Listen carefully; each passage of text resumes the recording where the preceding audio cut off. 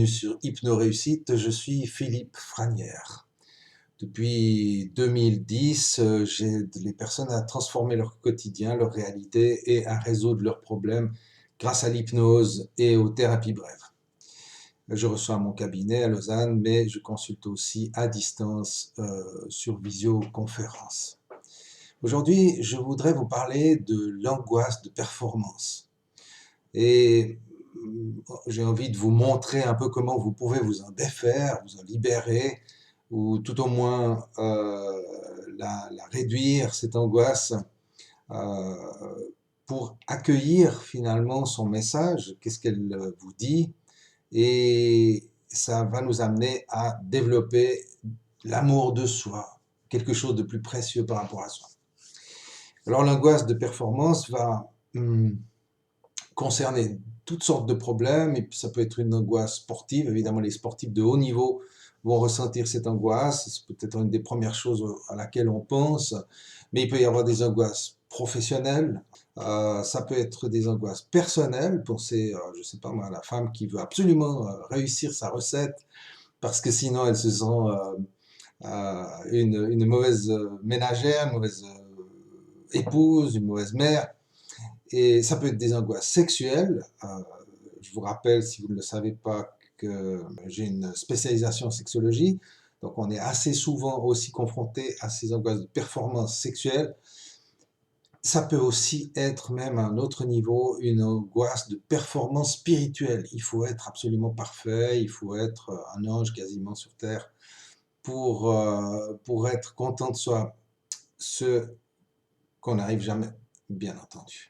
Ces angoisses nous amènent à une réalité, à faire face à une réalité de la vie qui est la réalité de l'imperfection. La pression qu'on se met à propos de ces performances qu'on doit soi-disant atteindre à tout prix est totalement contre-productive. Parce que plus on se met la pression, moins on va y arriver. Pensez à quelqu'un qui veut absolument s'endormir, plus il veut s'endormir et plus ça va l'énerver et moins il va s'endormir. La détente, la relaxation, le relâchement est l'approche la plus efficace pour pouvoir accéder à nos meilleurs potentiels afin de réaliser l'objectif. Donc il s'agit de lâcher la pression. Bon, comment on fait ça ? Alors, d'une part, il faut savoir, pour aborder ce problème et puis pour essayer de le maîtriser au mieux, d'abord, il va falloir identifier l'objectif. Qu'est-ce que je veux atteindre? Qu'est-ce que je crois devoir atteindre? Il est utile aussi de faire, de faire attention, de mettre son attention sur les comparaisons. À qui je vais me comparer? Généralement, quand on est un peu obsédé par la performance, on va toujours se comparer à quelqu'un qui fait ça beaucoup mieux que nous. On va se comparer aux meilleurs sportifs, aux meilleurs cuisiniers, pour prendre les exemples que j'ai faits, ou alors aux meilleurs acteurs pornographiques à qui on a envie de ressembler, ou alors aux meilleurs maîtres spirituels qui nous fait envie, enfin on croit devoir atteindre ce niveau-là. Donc il y a un problème de comparaison, de compétition. Et derrière, il y a évidemment la peur du jugement. J'ai peur d'être jugé, j'ai peur qu'on me trouve nul, j'ai peur qu'on me critique, etc. Et donc, je vais vous parler un peu plus loin de la technique RAF qui va nous permettre de sortir un peu de ça. Dans les vidéos précédentes, j'ai assez abondamment parlé de la gestion des émotions. Effectivement, les émotions sont toujours présentes lorsque on est en prise avec des dysfonctionnements ou des tensions internes. Il y a toujours une émotion derrière. Et en l'occurrence, avec la performance ou l'obsession de performance, l'angoisse de performance, c'est évidemment la question de la peur qui peut être là, mais il peut aussi y avoir de la colère qui y est associée, ou éventuellement de la tristesse avec une forme d'abattement, voire de dépression, qui peut s'installer si on est vraiment, si on se juge de manière trop sévère. Il y a cette question de d'avoir toujours cette impression qu'on n'est pas assez bien. Euh, je fais pas assez bien, je suis pas assez bien, avec cette confusion sur le fait que je crois être ce que je fais. Je me juge en fonction de ce que je fais et non pas de ce que je suis. On oublie d'être au profit du faire. Et ça, c'est notre société qui est comme ça. On va essayer avoir de l'argent pour pouvoir faire. Et puis si on fait, on va enfin pouvoir être. Et si on fait un petit peu l'inverse de ce qu'on devrait faire, on devrait d'abord être, et en fonction de ce qu'on est, faire. Et puis quand on fait, ben on obtient. Voilà. On obtient ce qu'on a à obtenir, c'est tout. Donc il y a cette peur de ne pas être assez bien, la peur de ne pas être à la hauteur.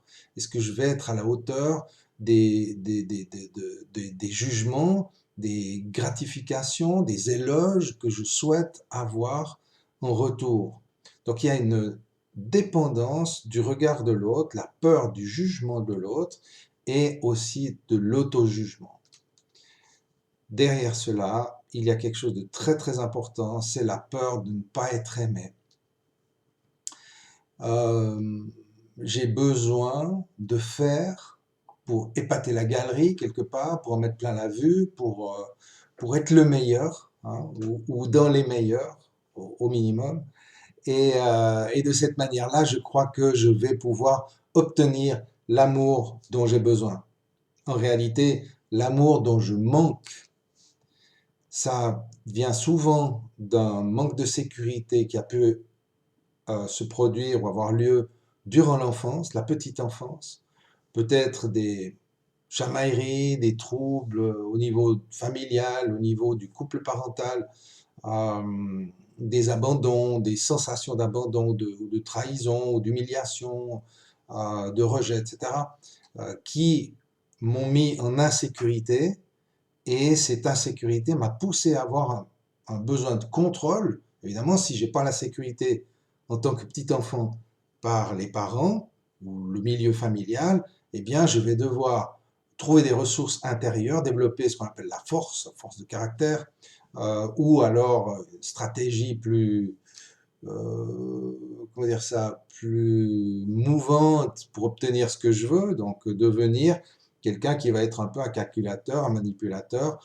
pour ma propre sécurité. Donc c'est un contrôle de l'extérieur, un contrôle de l'environnement pour pouvoir me sécuriser moi-même. C'est tout à fait normal. Il n'y a pas besoin d'avoir fait des études de psychologie très approfondies pour comprendre ça. C'est du bon sens. Si j'ai pas eu la sécurité nécessaire, je vais développer un système de contrôle pour me sécuriser moi-même, pour obtenir finalement l'approbation, l'amour dont j'ai besoin. Et on retrouve ça en plein dans le mille avec l'angoisse de performance, puisque la performance va me pousser à me dépasser pour obtenir sans cesse cet amour, cette reconnaissance. Alors derrière ça, il y a une notion de recherche de perfection euh, qui est souvent exagérée. Je dois être parfait. Si je suis pas le meilleur, je suis nul. Donc il y a pas de, il y a pas d'échelle. C'est soit je suis à 10, soit je suis à 0. Il y a vraiment quelque chose qui est un peu exagéré dans la perception de ma valeur, en fait. Hein. Puisque je vais, comme je le disais tout à l'heure, juger de ma valeur en fonction de mes actes. Il y a donc une non-acceptation de soi.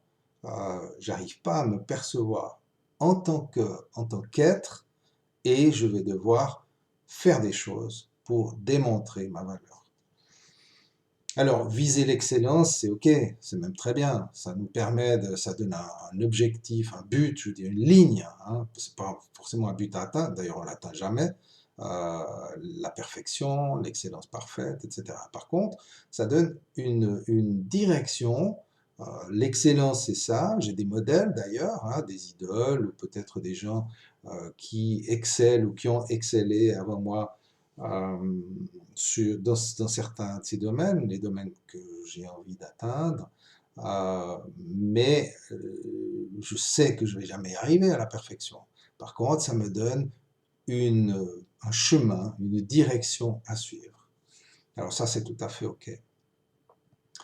Quand on parle de performance et de l'angoisse qui peut aller avec, hein, puisqu'il n'y a pas tout le monde qui est soumis à cette angoisse. Il y a des gens qui sont très bien comme ils sont. Ils ont cette chance d'avoir une sorte d'équilibre mental qui leur permet d'être tranquilles tels qu'ils sont.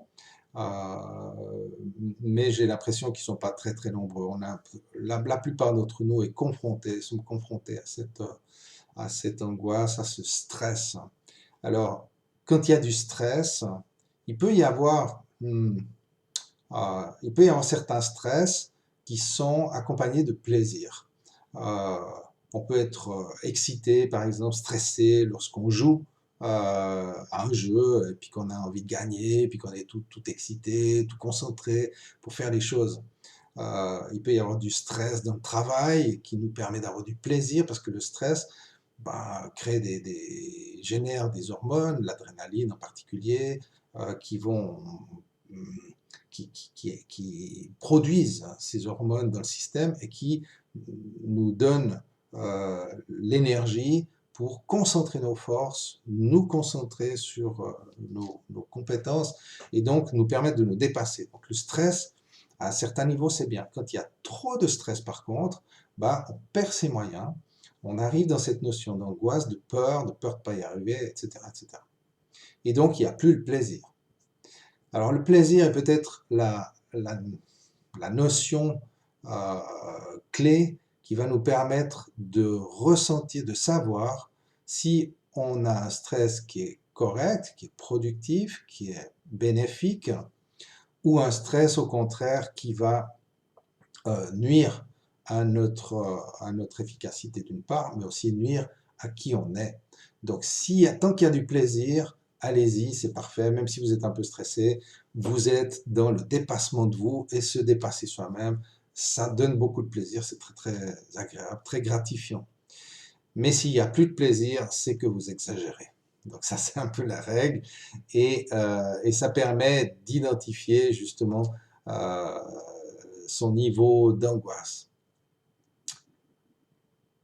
Quand vous êtes trop angoissé, quand vous n'avez plus de plaisir, il faut faire stop. Arrêtez tout. Respirez, accueillez ce qui est là. Prenez les choses comme elles viennent et arrêtez de vouloir être parfait. Faites le mieux que vous pouvez. Quand on fait le mieux qu'on peut, eh bien on peut se dire que finalement le ciel ou la vie ou le destin fera le reste. À l'impossible, nul n'est tenu, dit le dicton, et c'est quelque chose auquel je pense souvent, parce qu'évidemment, je ne fais pas exception, si je parle aussi de ce sujet, c'est qui me touche. Moi, j'ai été beaucoup à vouloir atteindre cette perfection pour être aimé, pour être admiré, pour charmer, voilà, pour avoir plein d'amis, et blablabla. Mais en fait, au bout du compte, ça n'a aucune importance. Ça m'a amené par contre à mieux me connaître, à me dépasser bien sûr, mais surtout à accepter mes limites. Et j'en viens à la technique RAF, qui est, vous l'aurez peut-être deviné, la technique rien à foutre. Et cette technique rien à foutre est très très intéressante. Quand vous voulez atteindre quelque chose, vous pensez à l'objectif et vous vous dites rien à foutre. C'est égal que j'y arrive. L'idée, c'est de s'aimer tel qu'on est, pas tel qu'on croit devoir être ou l'idéal que je voudrais être, même si cet idéal peut rester présent pour me donner une ligne directive, une direction. Mais je pense, et ça c'est le cœur de mes réflexions ces derniers temps, qu'on est appelé à aimer l'autre, à aimer le monde, à s'aimer soi-même tel qu'il est. C'est ce qu'on appelle l'amour inconditionnel. On ne met pas de condition à l'amour. Si vous aimez vos enfants parce qu'ils font des bonnes notes à l'école, et puis que vous les aimez plus parce qu'ils font des mauvaises notes, ou si vous les aimez parce qu'ils sont polis et que vous ne les aimez plus parce qu'ils font la tronche, vous pourriez remettre en question un peu votre perception ou votre vision de l'amour. Alors, évidemment, ce n'est pas un jugement, chacun fait le mieux qu'il peut, et justement, dans la manière de faire le mieux qu'on peut, et non pas la perfection, faire le mieux qu'on peut, c'est être le plus attentif possible à ce qui se passe et avoir la meilleure compréhension possible du monde qui nous entoure et de ce qu'on y fait en réalité dans ce monde. Alors, l'amour inconditionnel est quelque chose de vraiment très très puissant, très important quand on le porte sur soi. Ça va vous permettre de lâcher totalement la pression, d'en avoir rien à foutre de ce que vous allez devenir, juste d'être là, d'être dans l'instant et dans votre état actuel. Votre état, notre état, il change tout le temps. Et le meilleur moyen de lui laisser l'espace pour changer, c'est de relâcher la tension, c'est de le laisser être. Et c'est ça l'idée RF, rien à foutre de qui je vais devenir, je suis juste comme ça, et je sais qu'en laissant faire les choses, l'évolution va se faire. On ne peut pas empêcher une fleur de pousser, on ne peut pas tirer dessus non plus pour qu'elle pousse plus vite. Elle a son processus, elle a son rythme, et elle fait son chemin. De même, nous sommes en train de faire notre chemin, chacun à son niveau et à son rythme. Et c'est intéressant de pouvoir l'observer comme ça et d'en avoir conscience pour pouvoir s'aimer inconditionnellement, c'est-à-dire s'aimer sans condition, s'aimer imparfait, s'aimer tel qu'on est aujourd'hui. Alors pour intégrer ça, j'avais envie de vous inviter à faire une expérience. Vous la ferez pour vous à votre manière. Je vous explique juste ce que je vous propose. C'est une méthode que j'utilise en hypnose, en cabinet. Donc je vais vous faire le principe et puis après, si vous avez envie de jouer avec ça, vous pourrez le faire. Comme dans toute méthode d'exploration intérieure, vous vous installez confortablement. Vous prenez quelques profondes respirations, vous fermez les yeux et vous ressentez le corps qui se pose, qui se relâche.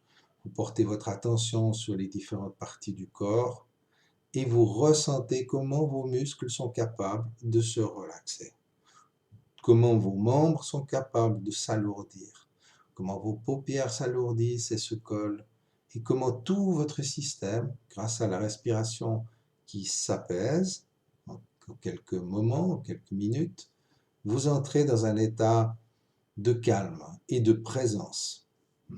Vous pouvez aussi faire attention, porter votre attention sur les sons dans la pièce ou à l'extérieur, dans la rue, derrière les fenêtres, peu importe. Juste avoir cette attention sur vos sens auditifs et kinesthésiques, donc les sensations du corps, et peu à peu, vous allez avoir des images, même derrière les yeux clos, vous aurez des images qui vont apparaître, des couleurs, ou peut-être du blanc, une sorte de sensation de vide, c'est aussi très bien. Et donc, vous avez vos différents sens qui sont actifs, et quand vous êtes dans cet état, imaginez à votre façon, représentez-vous à votre manière, que votre esprit sort du corps et vient se mettre un petit peu au-dessus de vous. Alors, certaines personnes font facilement des images, c'est OK. D'autres ont de la difficulté à faire des images, c'est-à-dire à visualiser comme un film sur leurs paupières, sur l'écran intérieur de leurs paupières. Mais peu importe, vous pouvez en avoir juste un concept. Représentez-vous à votre manière, que vous sortez du corps et que vous flottez au-dessus de lui. Et que ce corps que vous avez laissé là en bas, eh bien, depuis là en haut, depuis là au-dessus, vous allez lui envoyer un rayon lumineux. Comme si vous pouviez, depuis votre esprit, focaliser, projeter un rayon lumineux pour éclairer le corps, l'envelopper et même le pénétrer. Et ce rayon lumineux, c'est votre rayon d'amour. Vous aimez ce vous que vous avez laissé en bas, endormi, à votre façon. Vous l'aimez de manière inconditionnelle, c'est-à-dire sans jugement. Vous envoyez de l'amour simplement. L'amour est une énergie que nous avons tous, bien sûr, on est fait de ça, hein, c'est l'énergie vitale de tout l'univers, et donc vous pouvez imaginer que ça sort de vous. Et quand vous êtes pur esprit, au-dessus, en train de flotter au-dessus de votre corps, c'est beaucoup plus facile d'envoyer simplement de l'amour, de la bienveillance, de la compréhension, euh, et toutes ces choses bénéfiques que vous pourriez envoyer à votre meilleur ami ou à la personne que vous aimez le plus au monde, c'est-à-dire vous. Et quand vous avez fait ça pendant un moment, eh bien, vous revenez dans le corps et vous sortez de l'expérience avec toutes ces bonnes sensations que vous avez pu vivre depuis en haut et depuis en bas. Vous réunissez les deux et vous pouvez, avant de sortir, avant de rouvrir les yeux, profiter de tout ce que cela vous apporte. Voilà un petit exercice simple, je pense, que vous pouvez appliquer quand vous voulez, plusieurs fois, autant de fois que vous le souhaitez, pour euh, revenir à la conscience que vous êtes avant de faire et laisser cette obsession de performance se diluer parce que rien à foutre du résultat. Ce qui est important, c'est d'être là, d'être qui vous êtes, parce que vous êtes unique et vous êtes précieux. Voilà, si vous avez apprécié cette vidéo, cliquez sur le bouton j'aime qui doit être quelque part là en dessous. Partagez autour de vous. Vous pouvez aussi laisser un commentaire auquel je répondrai avec plaisir. Et si vous en voulez encore, vous pouvez aussi vous abonner, activer la petite clochette pour recevoir les notifications à chaque fois que je publie une nouvelle vidéo. Maintenant, prenez bien soin de rester serein avec vos objectifs. Si vous les atteignez, c'est très bien. Si vous n'y arrivez pas, c'est bien aussi. C'est pas la fin du monde. Dites-vous rien à foutre et aimez-vous tel que vous êtes. Je reviendrai prochainement avec d'autres vidéos pour vous parler encore d'hypnose, pour vous parler des structures mentales qui nous pilotent inconsciemment, bref, de tous ces merveilleux potentiels humains que nous avons tous. Allez, à bientôt. Ciao. Au revoir.